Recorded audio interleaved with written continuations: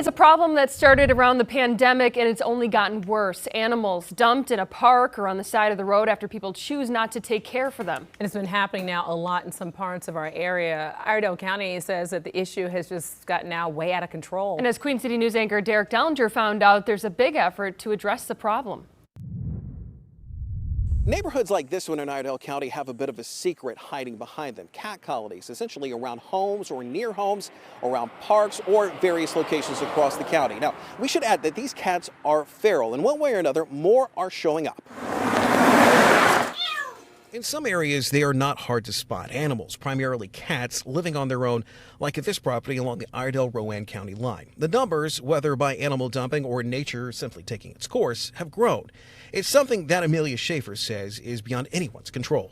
I talk to people every day. They are innocent. A lot of them are innocent. The cats wander up on their property. They don't know that there's programs out there.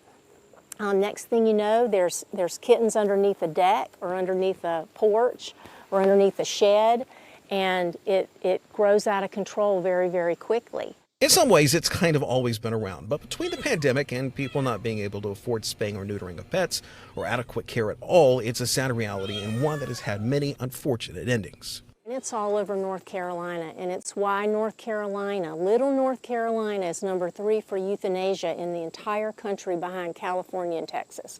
It's because of cats. Iredell County Animal Services has been teaming up with Piedmont Animal Rescue and Lucky Cats to address all this. The county's Animal Services director says cats are a large issue, but not the only problem. When I first came here, the cats were the issue. Now every shelter I interact with and I talk with, the big issue is dogs.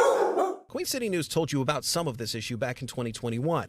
Officials tell us the problem has prompted a program they call TNR, Trap, Neuter, Release, for cats. Many places that simply can't bring in the animals have teamed up to offer these programs. People have been getting free traps to catch the cats. Think of it as cat herding in a way. And while some may not see it as ideal to release the cats back out, it actually has controlled the population here because it keeps new cats from coming in. Since its inception, we've spayed and neutered thousands, which potentially would be tens of thousands of unwanted animals in the community. That math is not far from the truth, given how much animals can multiply if they are not fixed. In August, the partnership is expected to do almost 300 spays and neuters, which means eventually thousands of animals off the streets. The problem that they have on their property can exponentially grow in a very short period of time. Now, to address that cat situation, Iredell County is working to advance further on their Trap, Neuter, and Release program, and they are looking for more volunteers. If you are interested, you are asked to give Iredell County Animal Services a call. In Iredell County, Derek Dellinger, Queen City News.